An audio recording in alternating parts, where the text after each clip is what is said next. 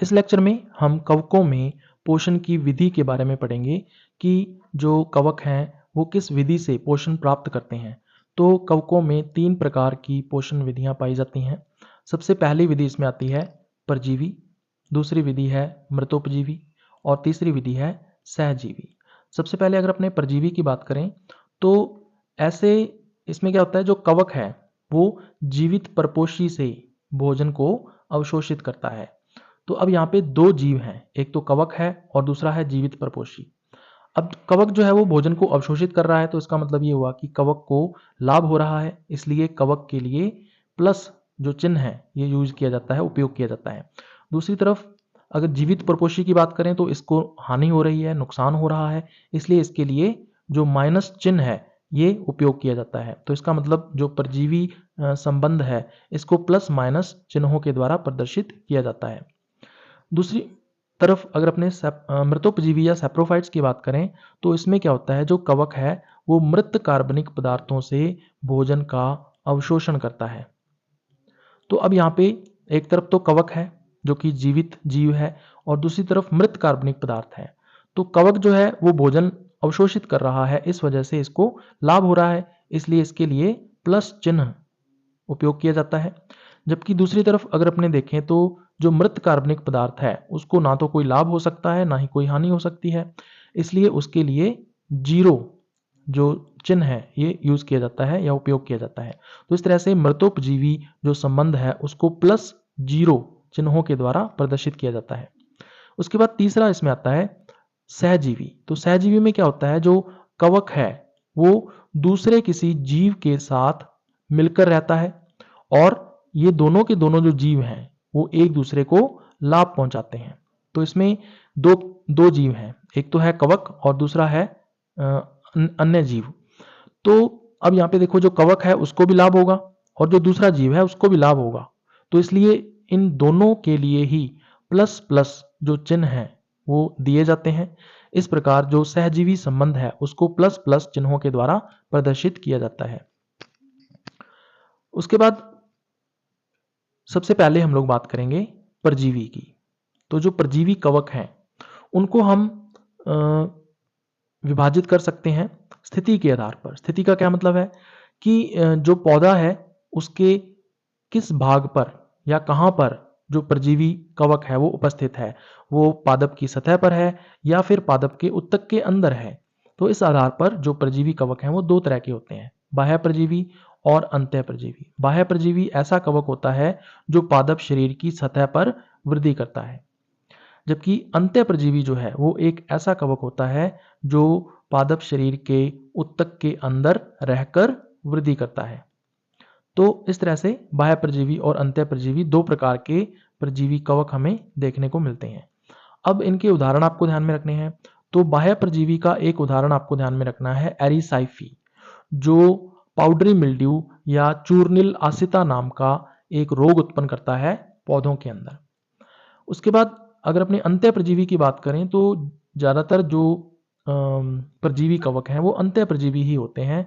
तो इसमें आपको उदाहरण ध्यान में रखने हैं, एक तो है एल्बुगो, दूसरा है रस्ट फंजाई, इसके अलावा तीसरा है स्मट फंजाई। तो ये 3 उदाहरण इसके आपको ध्यान में रखने हैं। उसके बाद प्रकृति के आधार पर भी हम लोग परजीवी कवकों को विभाजित कर सकते हैं। तो 2 प्रकार इसके हैं, पहला आता है अविकल्पी परजीवी और दूसरा आता है विकल्पी परजीवी। तो सबसे पहले अविकल्पी परजीवी की बात करें तो जैसा कि इसके नाम से पता चल रहा है कि इसके पास भोजन का कोई अन्य विकल्प नहीं होता।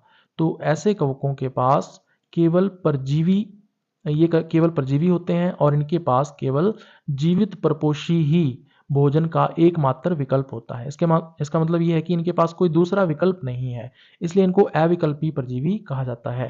अगर इनको जीवित परपोषी नहीं मिलता है तो ये जो परजीवी कवक है वो जीवित नहीं रह सकता। इसके अंदर आपको 2 उदाहरण ध्यान में रखने हैं, एक तो एल्बुगो और दूसरा है रस्ट फंजाई।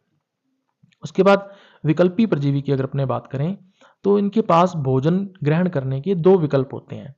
तो अगर अपने देखें तो वास्तव में ये जो विकल्पी परजीवी हैं ये वास्तव में मृतोपजीवी होते हैं। इसका मतलब मृत कार्बनिक पदार्थों से भोजन को ग्रहण करते हैं, लेकिन अगर इनको अवसर मिल जाए तो ये परपोषी से भी भोजन ले सकते हैं। इसका मतलब ये परजीवी के रूप में भी रह सकते हैं।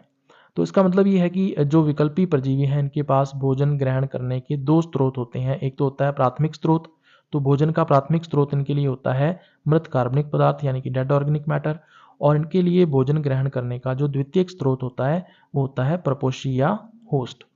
तो विकल्पी परजीवियों के दो उदाहरण आपको ध्यान में रखने हैं, एक तो है पाइथियम और दूसरा है फ्यूजेरियम। उसके बाद दूसरा हम लोग बात करेंगे, जो दूसरी विधि आती है पोषण की कवकों में, वो है मृतोपजीवी। तो मृतोपजीवी को सबसे पहले हम आवास के आधार पर इसका वर्गीकरण करेंगे। तो आवास के आधार पर मृतोपजीवी जो हैं वो दो प्रकार के होते हैं। एक तो जल में रहने वाले जलीय मृतोपजीवी हो जाएंगे और दूसरे स्थल पर रहने वाले स्थलीय मृतोपजीवी हो जाएंगे। तो जलीय मृतोपजीवी जल में पाए जाते हैं और इसमें एक उदाहरण आपको ध्यान में रखना है, सैप्रोलेजनिया। और दूसरी तरफ अगर अपने स्थलीय मृतोपजीवी की बात करें तो ये धरातल पर देखने को मिलते हैं। जो धरातल पर मृत कार्बनिक पदार्थ पड़े होते हैं उनके ऊपर ये वृद्धि करते हैं। तो इसमें उदाहरण की अगर अपने बात करें तो जो अधिकांश मृतोपजीवी हैं वो स्थलीय मृतोपजीवी ही होते हैं। उसके बाद प्रकृति के आधार पर भी हम लोग मृतोपजीवियों का वर्गीकरण कर सकते हैं। तो ये दो प्रकार के हो सकते हैं। पहला है अविकल्पी मृतोपजीवी और दूसरा है विकल्पी मृतोपजीवी। सबसे पहले अविकल्पी मृतोपजीवी की बात करें तो ये केवल मृतोपजीवी होते हैं। इसका मतलब ये है कि ये केवल मृत कार्बनिक पदार्थों से ही भोजन ग्रहण कर सकते हैं। अगर मृत कार्बनिक पदार्थ इनको ना मिलें तो ये जीवित नहीं रह सकते। तो ऐसे जो मृतोपजीवी हैं उनको अविकल्पी मृतोपजीवी कहते हैं। इसका मतलब भोजन ग्रहण करने का कोई अन्य विकल्प इनके पास नहीं होता। इनके पास भोजन का सिर्फ एक ही विकल्प होता है और वो है मृत कार्बनिक पदार्थ। दूसरी तरफ अगर अपने विकल्पी मृतोपजीवी की बात करें तो यहाँ पर इनके पास भोजन लेने के दो विकल्प होते हैं। तो वास्तव में अगर अपने देखें तो ये जो विकल्पी मृतोपजीवी हैं ये वास्तव में परजीवी ही होते हैं। इसका मतलब इनमें प्राथमिक जो स्रोत होता है भोजन का वो हमेशा परपोषी या होस्ट होता है। तो ये होस्ट से ही भोजन जो है वो ग्रहण करते हैं। लेकिन अगर इनको होस्ट नहीं मिलता है, अगर परपोषी अनुपस्थित रहता है, तो उस स्थिति में ये मृत कार्बनिक पदार्थों के ऊपर भी जीवित रह सकते हैं। यानी कि मृत कार्बनिक पदार्थों से भोजन को ग्रहण कर सकते हैं और जीवित रह सकते हैं। इसका मतलब ये है कि विकल्पी मृतोपजीवियों के लिए जो भोजन का द्वितीयक स्रोत है वो होता है मृत कार्बनिक पदार्थ या डेड ऑर्गेनिक मैटर।